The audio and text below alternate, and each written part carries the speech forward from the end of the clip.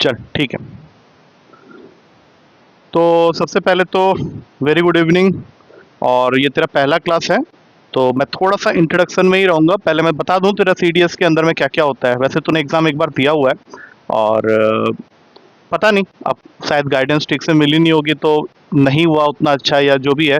तो एक fresh start कर रहा है, तो अच्छे से पहले समझ ले कि हम लोगों ने क्लास को कैसे रन करना है, क्या होगा इसके अंदर में अलग, किस तरह से हम लोग चीज़ों को लेके चलेंगे जिससे कि चीज़ें आराम से और मज़े में निकल जाए। तो सबसे पहले तो अगर स्ट्रक्चर की बात करूं तो CDS maths as compare to NDA maths, पहले तो ये क्लियर कर लो कि ये अप टू 10th लेवल तक का होता है। इसमें कुछ पोर्शंस मैथ्स के हो सकते हैं जो कि अब आने लग गए हैं, बट वो बहुत ही थोड़े से पार्ट होते हैं, वो भी शायद हमें ज़रूरत नहीं पड़ेगी। जैसे कुछ क्वेश्चंस में मैंने देखा था कि ट्रिग्नोमेट्री के कुछ क्वेश्चंस में वो फॉर्मूलाज थोड़ा सा यूज़ करना पड़ रहा था 11th का, बट देन नॉट मैंडेटरी, अगर उसको लोग चाहें तो बिना उस फॉर्मूला को यूज़ किए हुए भी कर सकते हैं। तो बेसिकली 10th लेवल तक का ही है। और परमुटेशन, कॉम्बिनेशन, प्रोबेबिलिटी, ये सब टॉपिक्स नहीं है, इसको याद रखना। कई बच्चों को ये मिसकंसेप्शन होती है कि परमुटेशन, कॉम्बिनेशन और प्रोबेबिलिटी जैसे टॉपिक्स हैं, बट याद रखना ये टॉपिक्स नहीं है इसके अंदर में। प्रोबेबिलिटी का कुछ पार्ट होता है एफकेट के अंदर में, ठीक है, उसमें थोड़ा प्रोबेबिलिटी पढ़ोगे तो परमुटेशन कॉम्बिनेशन आ जाता है, बट वो याद रखना कि वो एफकेट के अंदर होता है, इसके अंदर में नहीं होता है। स्टैटिस्टिक्स में भी अगर बात करें तो इसके अंदर सिर्फ मेजर्स ऑफ सेंट्रल टेंडेंसी होती है। यहाँ पे वो सब जो variance, standard deviation, coefficient of variance, correlation, regression, ये जो चीज़ें हम लोग पढ़ते थे एनडीए में, वो सब चीज़ें यहाँ पे नहीं है। तो अप टू 10th लेवल तक का होता है। दूसरी चीज़ है, नंबर ऑफ क्वेश्चंस की बात करें तो 100 क्वेश्चंस होते हैं और इन्हें हमें करना होता है 2 घंटे में। बाकी ईच क्वेश्चन कैरीज 1 मार्क्स, और नेगेटिव स्कीम तुम्हें पता ही है, 3 गलत होने पे तुम्हारा एक सही क्वेश्चन का नंबर कट जाता है। इस मैथ्स के अंदर में जिसको हम लोग बोलते हैं एलिमेंट्री मैथ्स, एलिमेंट्री मैथ्स के अंदर में या सीडीएस के मैथ्स के अंदर हम लोगों को 4 मेजर पोर्शंस होते हैं जिन्हें हमें मैथ्स के अंदर कवर करना होता है। तो वो चारों को मैंने मतलब ब्रेक किया है कुछ इस तरह से। जैसे एनडीए की अगर बात करें तो एनडीए में हम लोग उसको ब्रेक करते थे ट्रिग्नोमेट्री, कोऑर्डिनेट ज्योमेट्री, कैलकुलस और अलजेब्रा में। यहाँ पे वो क्लासिफिकेशन हो जाती है अगर सीडीएस मैथ्स की बात कर रहे हैं तो। सबसे पहला होता है तुम्हारा, मैं इसको ऐसे तोड़ता हूँ, नंबर सिस्टम। ये मेरे लिए एक बिल्कुल ही अलग सेक्शन होता है। उसके बाद तुम्हारा आता है ट्रिग्नोमेट्री, उसके बाद होता है मेंसुरेशन एंड ज्योमेट्री, और सबसे लास्ट में आता है तुम्हारा, तुम उसको 2 नाम से जान सकते हो, अरिथमेटिक एंड अलजेब्रा। अब मैं इसको एक साथ कर दे रहा हूँ, ये एक साथ होते नहीं है लेकिन मैं इसको कर दे रहा हूँ क्योंकि जब मैं इसकी ब्रॉडली क्लासिफिकेशन तुम्हें समझाऊंगा तो तुम्हें समझ में आ जाएगा कि वो मैंने ऐसा क्यों किया है। तो नंबर सिस्टम ये एक बहुत इंपॉर्टेंट टॉपिक है जिसके अंदर में मैं कवर करवाऊंगा साथ में एचसीएफ, एलसीएम, और एक और टॉपिक इसके अंदर ही हम लोग कंप्लीट कर लेंगे, दैट इज लोगारिथम। हम लोग को स्टार्ट यहीं से करना है।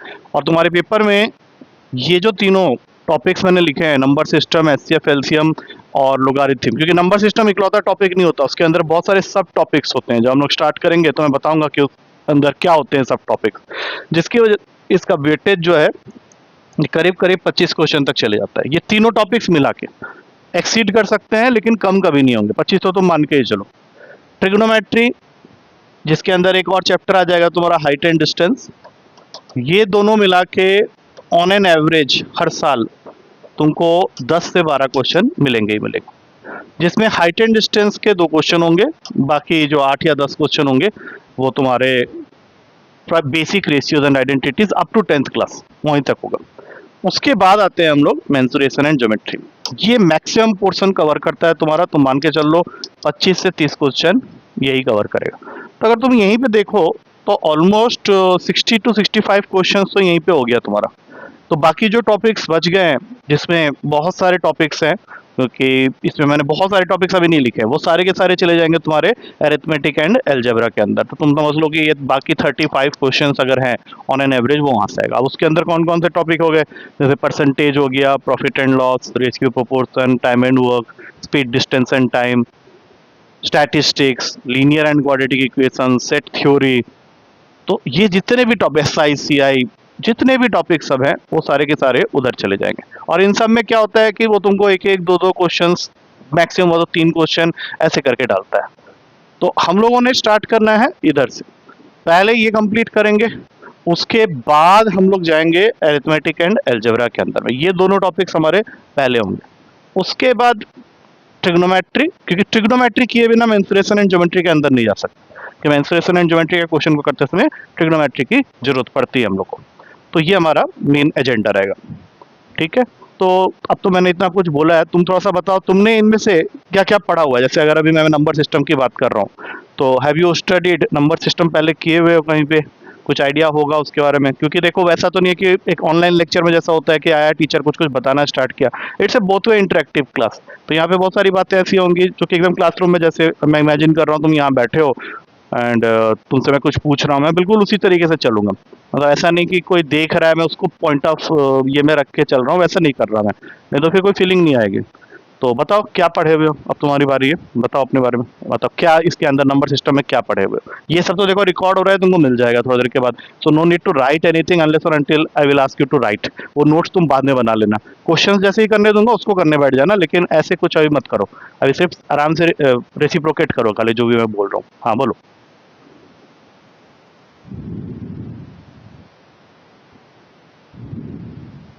हम्म।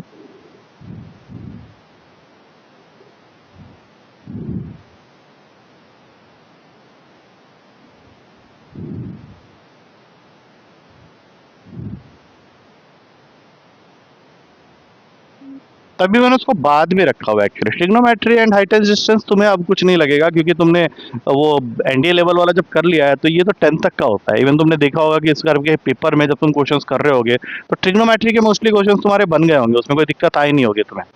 तो जो नई चीज़ है उससे ही स्टार्ट करना है तुम्हारे लिए। नया चीज़ है नंबर सिस्टम, उसमें भी बहुत सारी चीज़ें हैं। अच्छा, नंबर सिस्टम जब मैं कह रहा हूँ तो क्या दिमाग में आ रहा है, तुमने एचसीएफ एलसीएम उसमें काउंट कर दिया। I am not talking about HCF and LCM, उसके अंदर तो हम लोग थोड़ा देर में आएंगे।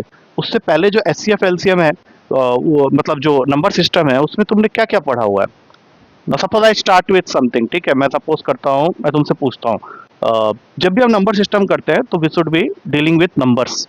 तो हमारा सबसे पहला टॉपिक जो होगा नंबर सिस्टम के अंदर में होगा, वो होगा नंबर थ्योरी। तुमको इसके ऊपर में क्वेश्चंस देखने को मिलेंगे, theory questions, may be numerical, but then पहले वो थ्योरी क्वेश्चंस भी थोड़े बहुत पूछता है पेपर में। तो जब मैं नंबर थ्योरी बोल रहा हूँ तो माय फर्स्ट क्वेश्चन इज कि how many types of numbers are there. तुमको क्या लगता है कितने टाइप्स के नंबर होते हैं, how many types of numbers are there.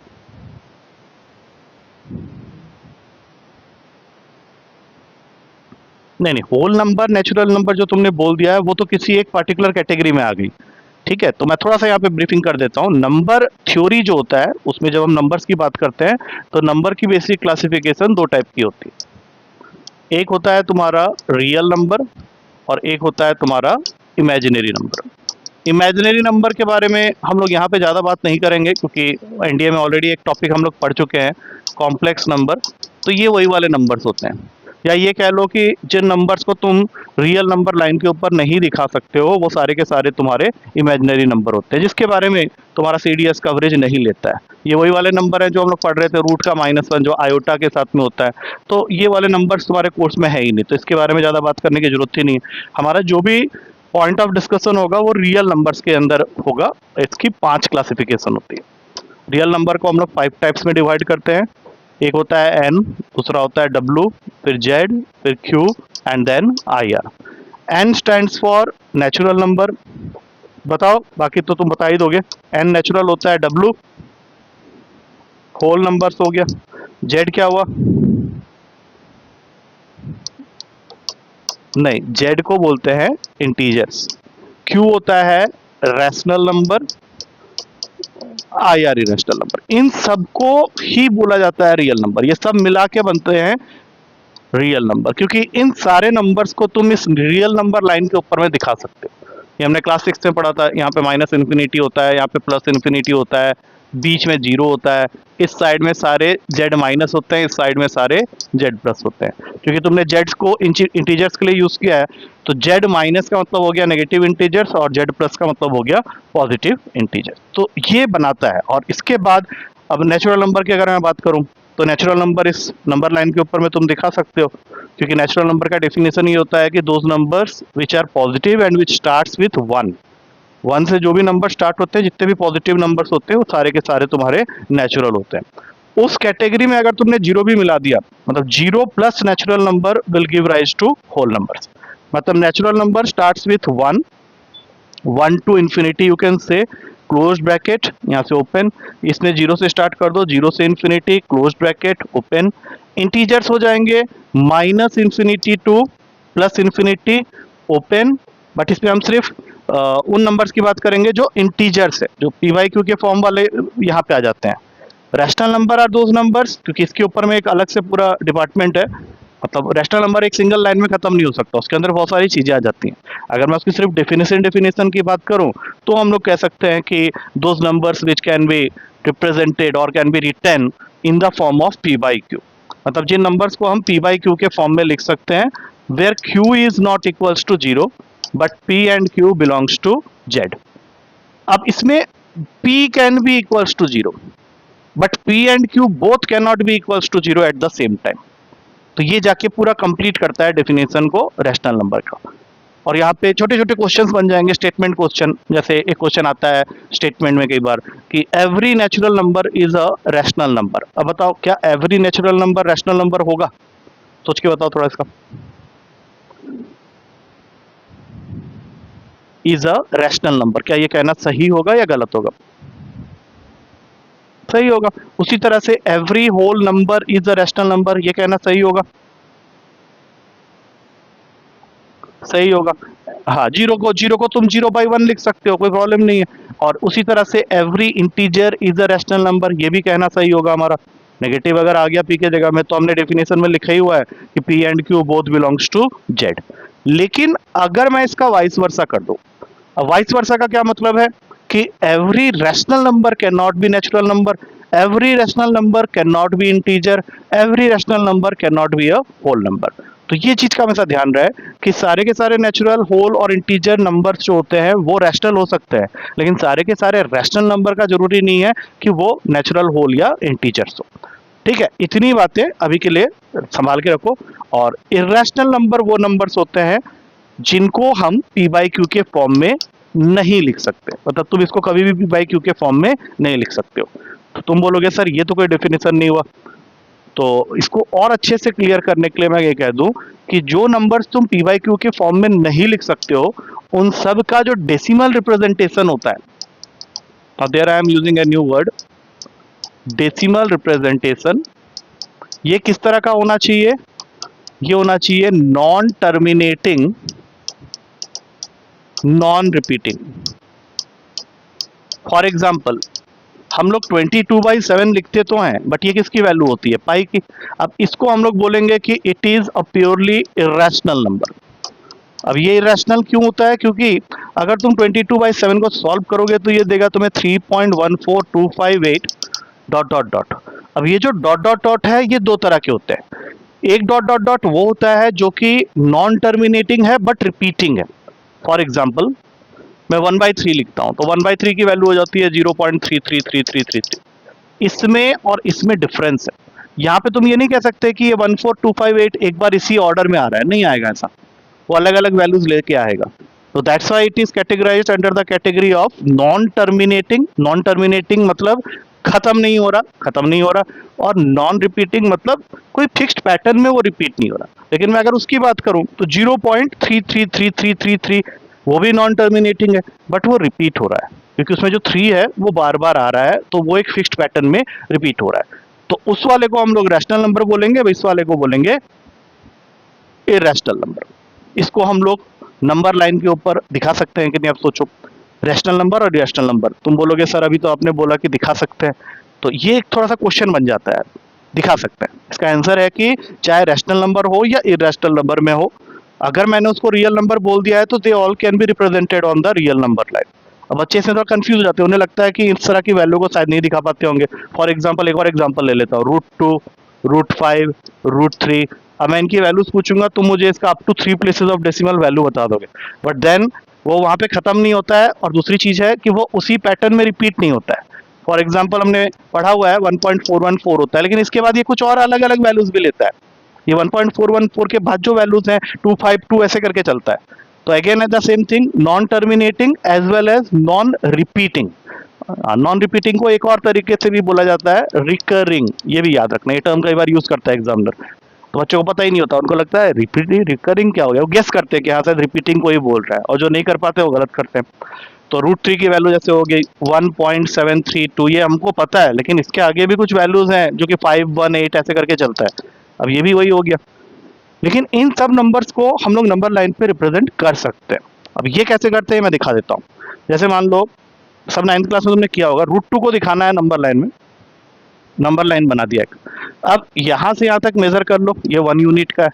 इसके ऊपर एक परपेंडिकुलर ड्रॉ कर लो, ये भी 1 यूनिट का है। और कंपास लगा के जब तुम इसको ज्वाइन कर दोगे तो ये पाइथागोरस थ्योरम से √2 हो गया। अब इसको मेजर करके अगर कंपास घुमाओगे तो वो ऐसे करके जाएगा, तो जहां पे जाके ये कट करेगा, यहां से लेके यहां तक का डिस्टेंस यही हो गया तुम्हारा √2। ये आया कुछ समझ में क्या बोला मैंने? हाँ पहले ज्वाइन कर देंगे। हाँ पहले ज्वाइन कर देंगे। अब सिंस ये दोनों 1 यूनिट के हैं, 90 डिग्री पे तुमने उठाया है, तो ये लाइन तो √2 की ही होगी। बट उसके ऊपर में आर्क काटोगे जब √2, यहाँ पे निडल पॉइंट रख के जब आर्क काटोगे पेंसिल लगा के, तो जहां पे जाके टच करेगा वो √2, 0 पॉइंट, दैट मीन्स तुमने √2 दिखा दिया। अब इसी के ऊपर में एक 1 यूनिट का परपेंडिकुलर और ड्रॉ कर लो, और इसको ज्वाइन कर लो, तो √2 का स्क्वायर प्लस 1 का स्क्वायर ये √3 है। अब इसको मेजर करके अगर आर्क घुमाओगे तो ये आगे थोड़ा सा निकल जाएगा, ये √3 हो गया। अब यहाँ से लेके यहाँ तक मेजर करोगे तो ये 1 पॉइंट जो भी तुम्हारी वैल्यू होती है 732 इसकी वैल्यू होगी अप्रोक्स। तो इस तरह से हम लोग क्या कर रहे हैं कि इसको नंबर लाइन पे दिखा सकते हैं। आया कुछ समझ में? रियल नंबर की क्लासिफिकेशन समझ में आ गई अच्छे से? हाँ अब हम लोग डिटेल में लेंगे एक एक नंबर को, जैसे हमने नेचुरल नंबर, होल नंबर, ये सब बातें की थी, तो नेचुरल नंबर के भी डिफरेंट टाइप्स होते हैं। ये सब के सब अभी रियल नंबर के अंदर चल रहे हैं, इसी को हम लोग बोलते हैं नंबर थ्योरी, जिसके ऊपर 3-4 क्वेश्चन, 5 क्वेश्चन हमेशा पेपर में वो पूछेगा, ऐसे ही छोटे छोटे क्वेश्चन सब निकाल देता है। तो नेचुरल नंबर की क्लासिफिकेशन होती है, मैं यहाँ पे नाम सब लिखूंगा। सबसे पहले तो इवन, उसके बाद ऑड, उसके बाद प्राइम, उसके बाद कंपोजिट, 5वें नंबर पे आएगा ट्विन प्राइम, फिर आता है तुम्हारा को प्राइम, 7वां नंबर हो गया परफेक्ट स्क्वायर, 8वें नंबर पे आता है परफेक्ट क्यूब, और 9th नंबर होता है परफेक्ट नंबर। कोई ऐसा पेपर नहीं बना सीरियस का आज तक जिसके अंदर में इससे क्वेश्चन ना आया हो, मतलब इनको लेके हो तो क्वेश्चन बनना ही बनना है। अब ये देख के बताओ कि इनमें से तुमको किस किस के बारे में पता है। लाइक जितने भी डफर से डफर बच्चे होते हैं उनको इन दोनों के बारे में तो पता होता है, और तुम डफर हो नहीं तो तुम्हें ज्यादा की उम्मीद तुमसे करूंगा मैं। तो पहले तो एक लाइन में डिफाइन करो what are even numbers and odd numbers. पहले इवन नंबर बताओ क्या होता है, व्हाट आर इवन नंबर्स?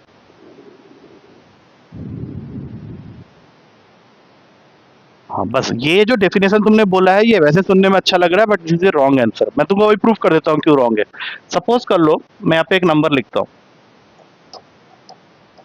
अगर तुमने ध्यान से देखा होगा तो ये जो भी मैंने नंबर लिखा है मेरा खुद का ही नंबर है, 9811598724। अब मैं अगर तुमसे पूछूं कि ये इवन है या ऑड है, तो तुम क्या बोलोगे, इवन या ऑड? क्यों? हाँ अब देखो ध्यान से समझना क्या बोलना चाह रहा हूँ। तुमने मुझे ये डेफिनेशन दिया कि those numbers which are divisible by 2, but जब तुमको मैंने नंबर लिखा तो तुमने वो नहीं देखा कि ये डिविजिबल बाय 2 नहीं है, तुमने सीधा बोल दिया कि sir units place is occupied with 4। तो कोई भी डेफिनेशन जो बनता है वो तुम्हारे इस तरह के लॉजिक से बनता है। तो आगे से कभी भी इवन नंबर को डिफाइन करोगे तो ये मत बोलना कि डिविजिबल बाय 2 और नॉट, सीधा बोलो those numbers whose units place is occupied with either 0, 2, 4, 6 और 8। इनमें से कुछ भी अगर unit place of any number तुमको दिख गया तो that will be divisible by 2। और इसी तरह से ऑड नंबर को कभी ये मत बोलना कि those are not divisible by 2, again wrong definition. इसके लिए क्या होगा, गेस कर लो क्या डेफिनेशन बोलने वाला हूं मैं। यूनिट्स प्लेस इज 1 3 5 7 और 9, इनमें से अगर कोई भी आ गया तो वो तुम्हारा क्या बन जाएगा, ऑड नंबर। चलो इवन ऑड को खत्म करते हैं। अब बताओ प्राइम और कॉम्पोजिट, क्योंकि ये दोनों पेयर्स में, जैसे इवन ऑड पेयर में था उसी तरह से प्राइम और कॉम्पोजिट भी पेयर्स में आते हैं। कंपलसरी क्वेश्चन इस बार के पेपर में भी आया था। बताओ प्राइम और कंपोजिट में क्या डिफरेंस होता है, या first you define what are prime what are composite.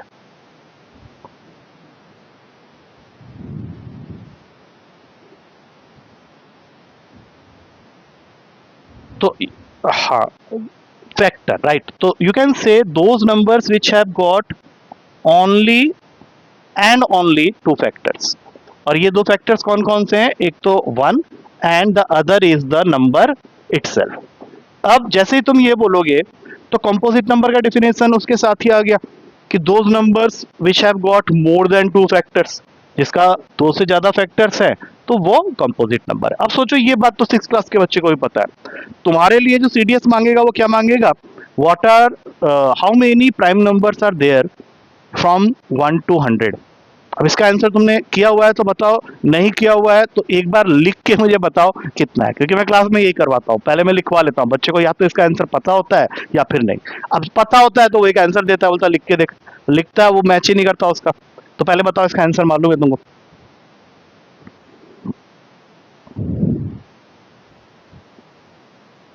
अरे वाह, चल लिख लिख, आराम से लिख, आंसर मैं बताऊंगा तुझे, तो लिख के देख, मुझे काउंट करके बता कितना है, फिर मैं सही बताऊंगा। आराम से कर ले, कोई दिक्कत नहीं।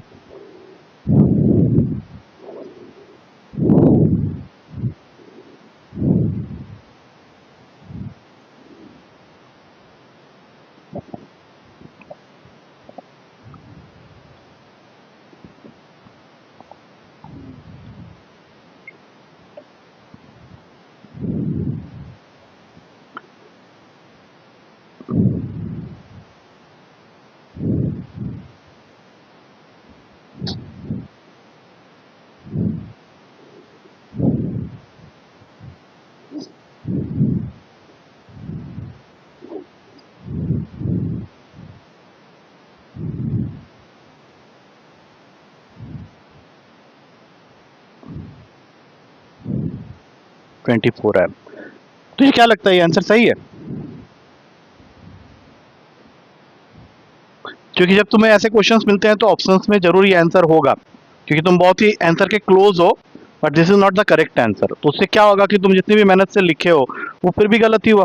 अब मैं इसको लिखूंगा प्रॉपरली, तुम खुद ही चेक करो कि तुमने क्या नहीं लिखा है, because something is missing, that's why your total values are coming 24।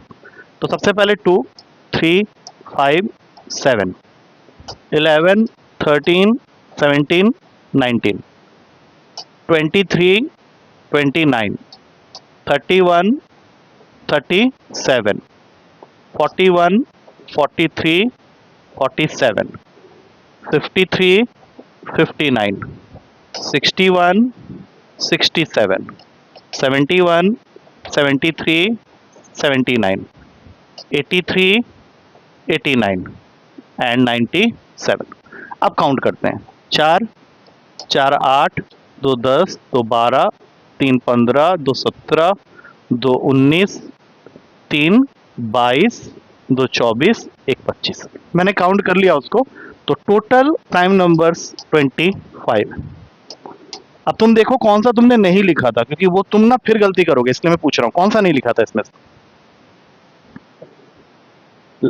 97 नहीं लिखा। तुमको क्या लगा 90 to 100 के बीच में कोई प्राइम नंबर ही नहीं है, या कुछ और लिख दिया? हाँ,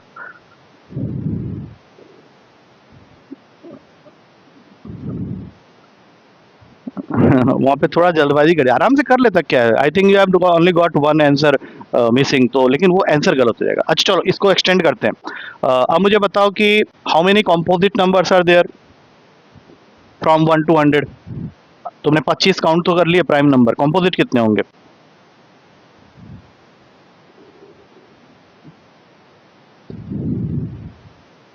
अरे ये तो बोल सकता था, टोटल 100 वैल्यूज थे, उसमें से 25 अगर प्राइम हो गए तो कंपोजिट कितने हुए? हाँ, 1 के लिए सोच ले, क्योंकि इसका आंसर कंपोजिट का लिए आएगा 74, क्योंकि 1 is the only number which is neither prime nor composite. ये क्वेश्चन आ जाते हैं पेपर में, नाइदर प्राइम नॉर कंपोजिट। तो आपसे ये याद रखना, और ये भी याद रखना कि कितने वैल्यूज हैं जो 1 से 50 के अंदर में है जो प्राइम है, क्योंकि एक बार क्वेश्चन आया था ऐसा कि 1 से लेके 50 तक के अंदर में कितने प्राइम है और कितने कॉम्पोजिट है, उनका डिफरेंस बताओ।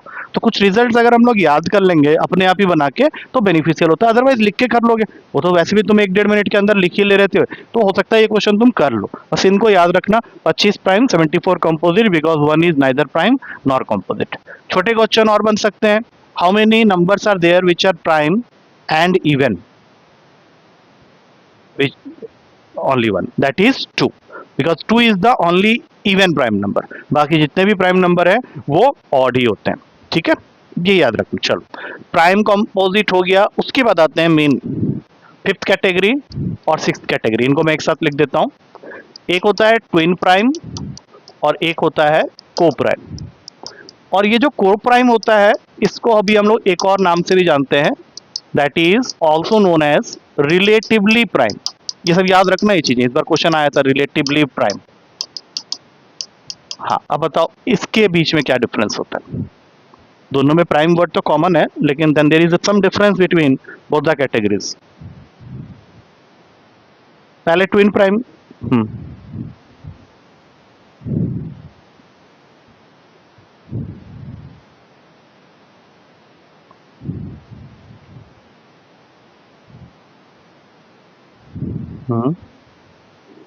ओके, मैं थोड़ा आसान कर देता हूं। क्या 11 और 19 ये दोनों प्राइम है? हाँ, तो क्या मैं इनको ट्विन प्राइम कह सकता हूं?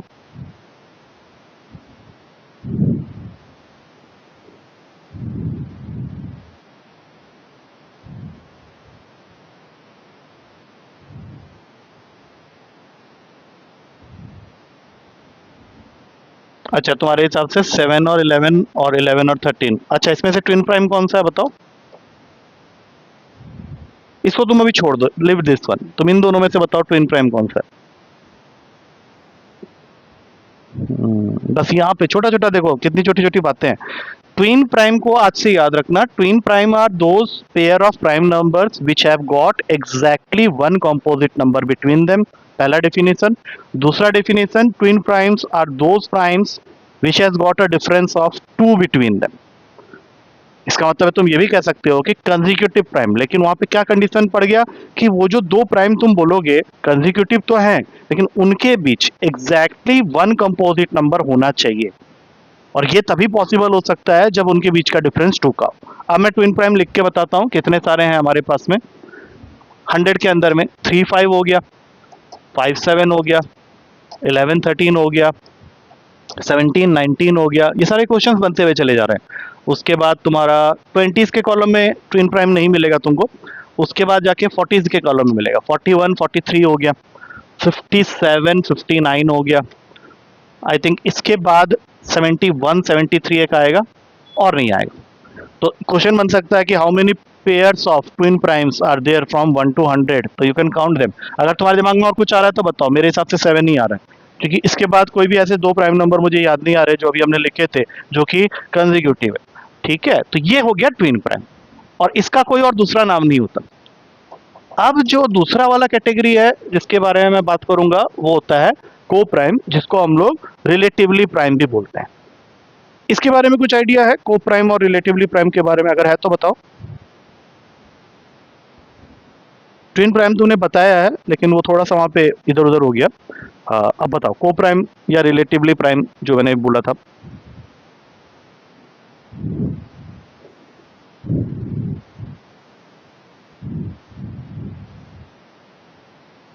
चलो कोई बात नहीं, नहीं आता तो नहीं आता, क्या हो गया। इसको हाँ, एक और नाम से भी जानते हैं, म्यूचुअली प्राइम। याद रखना, ये तीनों टर्म याद रखना।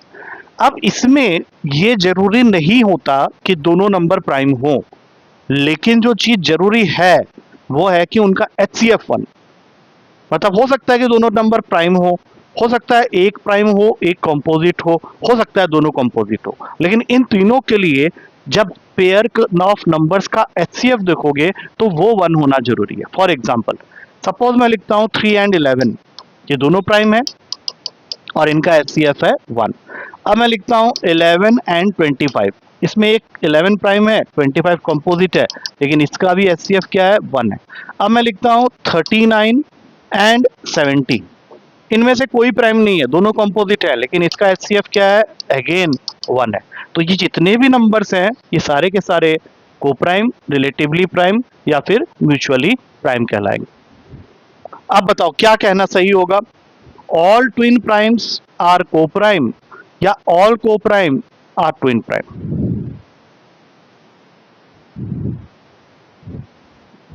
Prime can be coprime but all coprime can not be twin prime, क्योंकि देखो ट्विन प्राइम और को प्राइम दोनों में HCF जो है पेयर ऑफ नंबर्स का वो 1 होता है। तो ट्विन प्राइम को हम को प्राइम कह सकते हैं, लेकिन को प्राइम को ट्विन प्राइम बनाने के लिए हमें सोचना पड़ेगा, क्योंकि ट्विन प्राइम के डेफिनेशन में ये बहुत क्लियर कट है कि दोनों नंबर प्राइम भी होने चाहिए और कंसेक्यूटिव भी होने चाहिए with a difference of 2 and must have a composite number in between them. तो ये चीज क्लियर हो गई, ये क्वेश्चन आ जाते हैं इसके ऊपर में।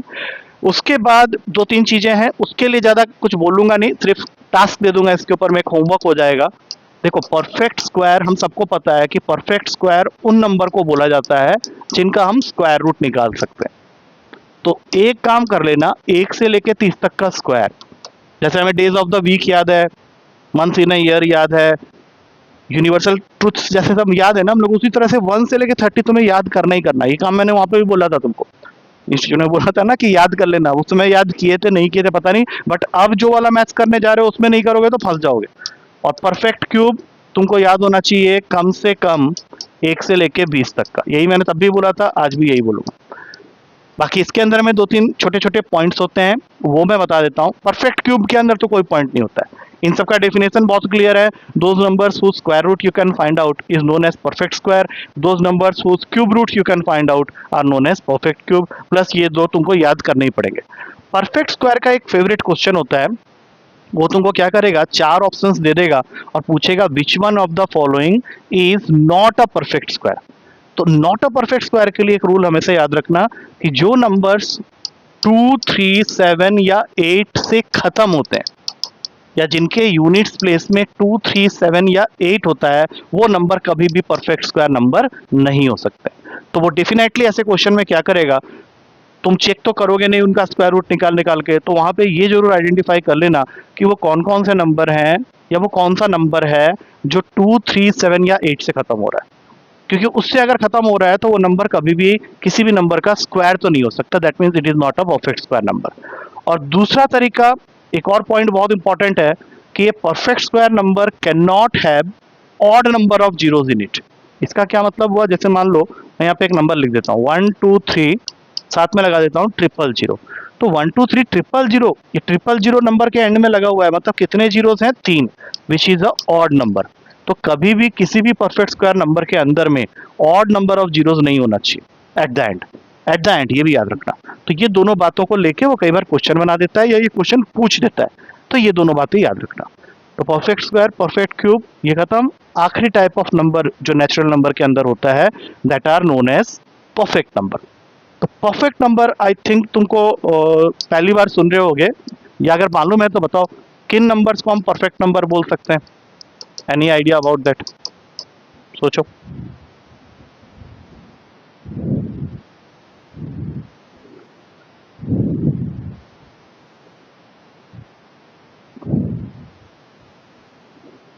मतलब तुम कहना चाह रहे हो कि वो नंबर जो किसी नंबर का स्क्वायर भी होता हो, क्यूब भी होता हो, वो एक अलग कैटेगरी है? नहीं नहीं, हाँ हाँ, फिर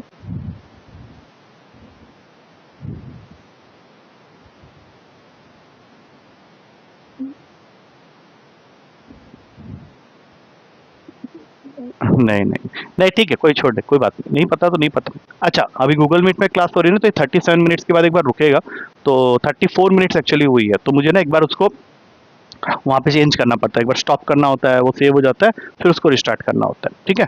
तो बस मैं ध्यान रख रहा हूँ उस चीज़ का। तो परफेक्ट नंबर खत्म होते ही ना मैं उसको एक बार स्टॉप फिर स्टार्ट करूंगा, तुझे कुछ नहीं करना है, मैं जाऊंगा बस। तो परफेक्ट नंबर बता देता हूँ, परफेक्ट नंबर उन नंबर्स को बोलते हैं जिनके फैक्टर्स को अगर हम लोग ऐड करें तो वो उसी नंबर को वापस दे देगा। अब ये बात को समझने के लिए मैं एक छोटा सा एग्जांपल ले लेता हूँ, सपोज 6, 6 के फैक्टर्स बताओ जरा जल्दी जल्दी। हाँ, 1, 2, 3, 6, 6 को छोड़ के बाकियों को ऐड कर ले एक बार जल्दी से।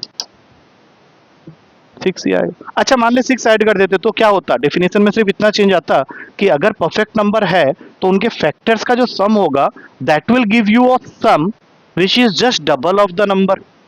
ठीक है बस। अच्छा एक और नंबर देखते हैं 28, इसके फैक्टर्स बताओ एक बार जल्दी जल्दी।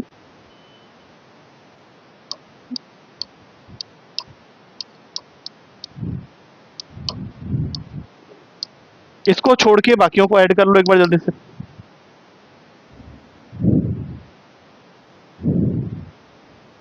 तो कभी भी क्वेश्चन आता है जहां पे वो तुमसे पूछता है which one of the following is a perfect number, what you have to do, you have to add, उसमें सिर्फ नंबर को छोड़ के सबको ऐड कर लेना। अगर वो नंबर वापस मिल रहा है तो परफेक्ट नंबर है, अदरवाइज नहीं है। और अगर तुम गलती से ये डेफिनेशन भूल के नंबर को भी ऐड कर देते हो तो it will just give you a number which is double of the given number. ठीक है मैं एक बार उसको ये कर लेता हूँ, थोड़ा टाइम ले लिया लेकिन थोड़ा ज़्यादा, पहले हो गया था पता नहीं क्या हो गया। ओके तो अभी तक जितना हमने किया उसके हिसाब से ये पता चल गया कि number are classified into two types. एक हो गया तुम्हारा क्या हो गया, एक हो गया रियल नंबर, एक इमेजिनरी नंबर। रियल नंबर के अंदर 5 टाइप के नंबर होते हैं, natural, whole, integer, rational, irrational. ये सारे के सारे नंबर लाइन के ऊपर रिप्रेजेंट हो सकते हैं। सबके डेफिनेशंस क्लियर हो गए। उसके बाद हमने नेचुरल नंबर की पूरी क्लासिफिकेशन देख ली। उसके बाद आज की क्लास का जो नेक्स्ट टॉपिक रहेगा हमारा वो होता है डिविजिबिलिटी क्राइटेरिया। ये ध्यान रखना डिविजिबिलिटी क्राइटेरिया को लेके बहुत सारे टाइप के क्वेश्चंस बन सकते हैं। तो कुछ तो तुम्हें अच्छे से पता है। फॉर एग्जांपल मैं अपने ही नंबर की बात करता हूँ। अगर मुझे चेक करना है कि ये नंबर 2 से डिविजिबल है या नहीं, तो सबसे पहला काम क्या करना पड़ेगा, यूनिट्स प्लेस को देखना पड़ेगा। ठीक है अगर units place is occupied with either 0, 2, 4, 6 और 8 तो फिर 2 से डिविजिबल है, मैं टिक मार लेता हूँ उस नंबर के ऊपर। 3 की डिविजिबिलिटी क्या कहती है कि sum of the digits of the given number must be divisible by 3। तो अगर मैं इसको ऐड कर लूं, जल्दी से करो जरा, ऐड करके बताओ है या नहीं, कर लो एक बार।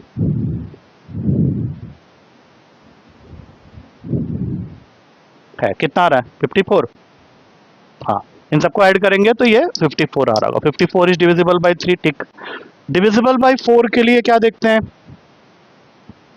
Last 2 digits. अगर लास्ट 2 डिजिट्स डिविजिबल बाय 4 है तो फिर पूरा का पूरा नंबर डिविजिबल बाय 4 होगा। आई थिंक हो जाएगा, 24 है तो ये भी डिविजिबल बाय 5 के लिए you must have to see only one thing कि units place must be occupied with 0 और 5, तो ये नंबर नहीं हो पाएगा। 6 के लिए क्या होता है कि तुम्हारा number must be divisible by 2 and 3, तो ये नंबर 2 एंड 3 दोनों के लिए टिक था, तो 6 के लिए भी हो गया।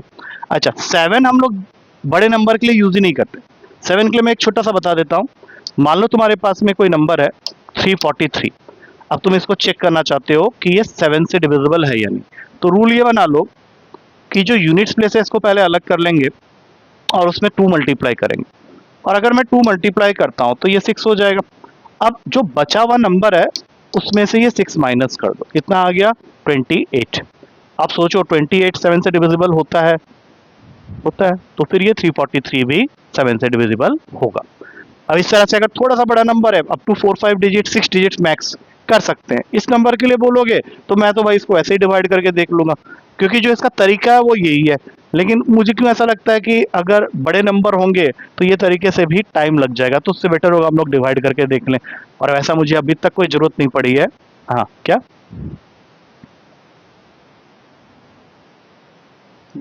छोटे नंबर के लिए मैं 5-6 डिजिट तक के नंबर के लिए तो कह सकता हूं कि ये तरीका ठीक है। बड़े नंबर के लिए just divide and check it. 8 के लिए क्या होता है,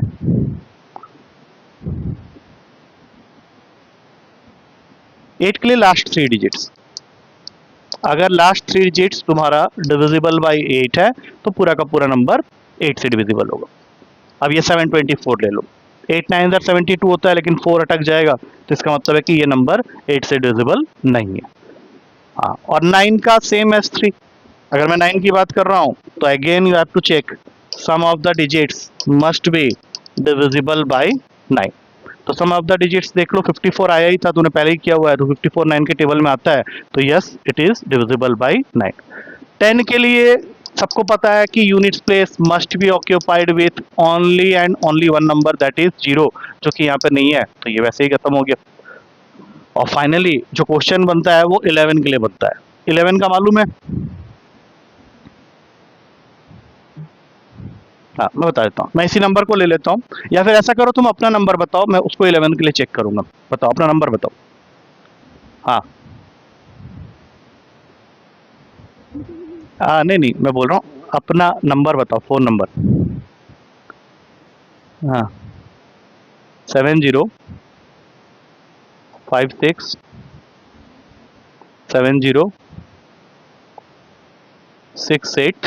ठीक है। अब इस नंबर को हम लोग चेक करेंगे कि ये 11 से डिविजिबल है या नहीं। तो इसके लिए हमें क्या करना होता है, अल्टरनेट प्लेस के जो डिजिट्स हैं उनको ऐड करके सब्ट्रैक्ट करना होता है। तो पहले मैं ऑड प्लेसेस को ले लेता हूँ।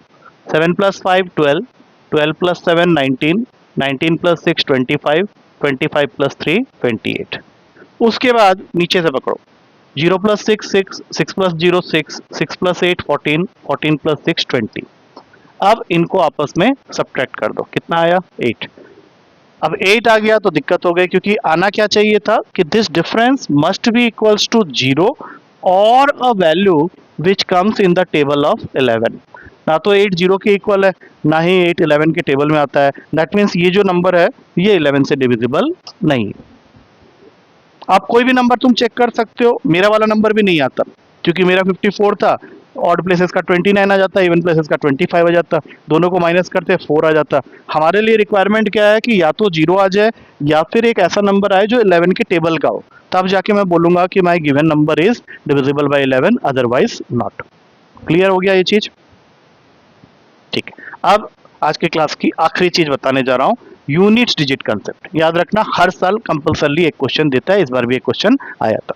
अब इसमें क्या होता है कि वो तुमको कोई एक वैल्यू दे देगा, मैं कोई भी रैंडम वैल्यू ले लेता हूँ 35962, और इसके पावर में एक बड़ी सी वैल्यू लिख देता हूँ 11883। अब मैं तुमको ये नहीं बोल रहा कि तुम इसको सॉल्व करो, मैं सिर्फ इतना पूछ रहा हूं कि इसको जब तुम सॉल्व करोगे तो वो तो बहुत बड़ा नंबर आएगा। I am interested only for the units place. मुझे इस बड़ी सी वैल्यू को सॉल्व करने के बाद जो नंबर आएगा उसका सिर्फ यूनिट्स प्लेस चाहिए। तो ऐसे क्वेश्चन को करने का एक छोटा सा तरीका होता है, वो मैं बता देता हूँ। वो बेस्ट तरीका है, वो तुमको कहीं नहीं मिलेगा। अगर मिल गया तो मुझे बताना कहाँ मिला, लेकिन वो जो तरीका बताऊंगा उसको ध्यान से सुनना। नहीं तो बहुत सारे तरीके बताए गए हैं यूट्यूब के अंदर, बहुत जगह में मैंने देखा है, बहुत सारे। वो तरीका ढूंढ रहा हूँ कि वो क्यों नहीं बता रहा कोई। ये जो तरीका मैं बताता हूँ, ध्यान से सुनो। अगर तुम्हारे पास में इवन नंबर है ब्रैकेट के अंदर में, और पावर में एक ऐसा नंबर है जो 4 के टेबल में आता है, तो ये हमेशा 6 ही देगा यूनिट्स प्लेस में, चाहे कुछ भी हो जाए। लेकिन अगर तुम्हारा ब्रैकेट के अंदर में ऑड नंबर है और पावर में 4 का कोई भी मल्टीपल है, तो ये हमेशा 1 पे खत्म होगा। अब ध्यान से सुनना, इसमें कंडीशन अप्लाई क्या है कि कोई भी नंबर अगर 1 5 6 या 0 से खत्म हो रहा है, तो उसके पावर में तुम कुछ भी लिख दो, वो नंबर हमेशा इन्हीं वैल्यू से ही खत्म होगा। ये कंडीशन अप्लाई हो गया इसके लिए। हमारा जो क्वेश्चन है इसमें वो कंडीशन अप्लाई नहीं है, क्योंकि ना तो मेरा नंबर 1560 से खत्म होता है, ना ही मुझे उसके बारे में सोचने की जरूरत है। तो अभी मैं अपने वाले फॉर्मूले से इसको करूंगा। तो पहले तो ये डिसाइड कर लेते हैं कि ब्रैकेट के अंदर जो नंबर है, क्या वो इवन नंबर है या ऑड नंबर है? बताओ। इवन नंबर है। और ये जो वैल्यू मैंने लिखी है 11883, ये तो 4 के टेबल में नहीं आता है, नहीं आता है ना। तो हमें उसका सबसे नियरेस्ट वैल्यू, नियरेस्ट मतलब कम में, उससे थोड़ा कम में देखो कि कौन सी वैल्यू 4 के टेबल में आएगी। 11883 का जो नियरेस्ट छोटा वैल्यू है जो 4 के टेबल में आता है, वो कौन सा हो सकता है? 80। तो सोच, 84 तो आगे निकल गया ना, आगे नहीं जाना, पीछे आना। हाँ हाँ। तो फिर इसको तुम क्या लिखोगे, 35962 के पावर में 11880, और फिर 35962 के पावर में 3, यही लिखने वाले हो। That is equivalent of that, right? हाँ। तो इवन नंबर के पावर में 4n किससे खत्म होता है? 6 से। तो इस पूरे का मैंने आंसर पहले लिख दिया, 6 हो गया। लेकिन हम लोगों को तो ये चाहिए नहीं, तो अभी हमें नेक्स्ट वाले का देखना है। तो 2 का क्यूब कितना होता है, जल्दी से बता दो। 8। चाहे ये नंबर अब कुछ भी हो जाए, ये नंबर खत्म किससे होगा? 8 से। और 6 से 8 कितना होता है? 48। तो खत्म किससे हुआ? 8 से।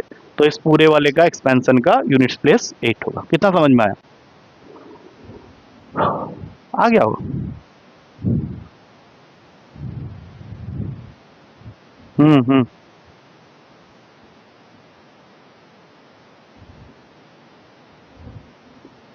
उसके बाद हमें पूरे के लिए ही चाहिए ना, इस पूरे का तो चाहिए ना, क्योंकि इसकी वैल्यू निकालनी है हम लोग को। तो हमने उसको जो स्प्लिट किया हुआ है उसके यूनिट प्लेस को देख लेते हैं। जो वाला पहला स्प्लिटिंग किया था उसका यूनिट प्लेस 6 होगा, और जो हमारा अलग से हुआ है 2 का क्यूब 8, दोनों को मल्टीप्लाई कर दो, आ गया यूनिट प्लेस। मैं क्वेश्चन और कर देता हूँ, देखो 37593 के पावर में सपोज 1111, चार वैल्यू 4 बार 1 लिख के। अब बताओ, पहले तो ये बताओ इवन है या ऑड है? ऑड है, और पावर में जो वैल्यू है वो तुमको कभी भी 4 का मल्टीपल नहीं देने वाला। तो तुम बताओ इसकी ब्रेकिंग क्या होगी? 37593, 11111 के सबसे नियरेस्ट कौन सी वैल्यू है जो 4 के टेबल में आ जाएगी? 1108।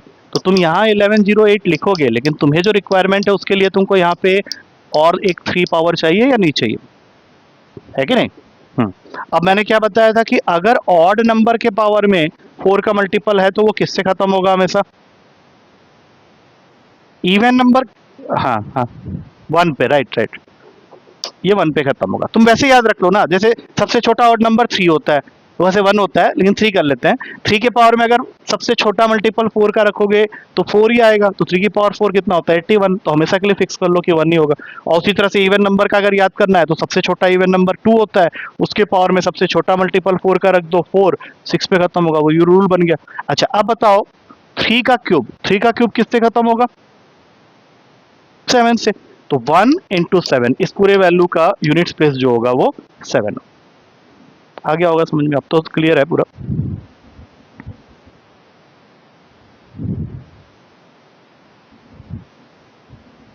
हाँ हाँ, आराम से देख लेना, कुछ कुछ भी नहीं है इसमें, तो बस इतना देख लेना आराम से, कुछ इशू नहीं है।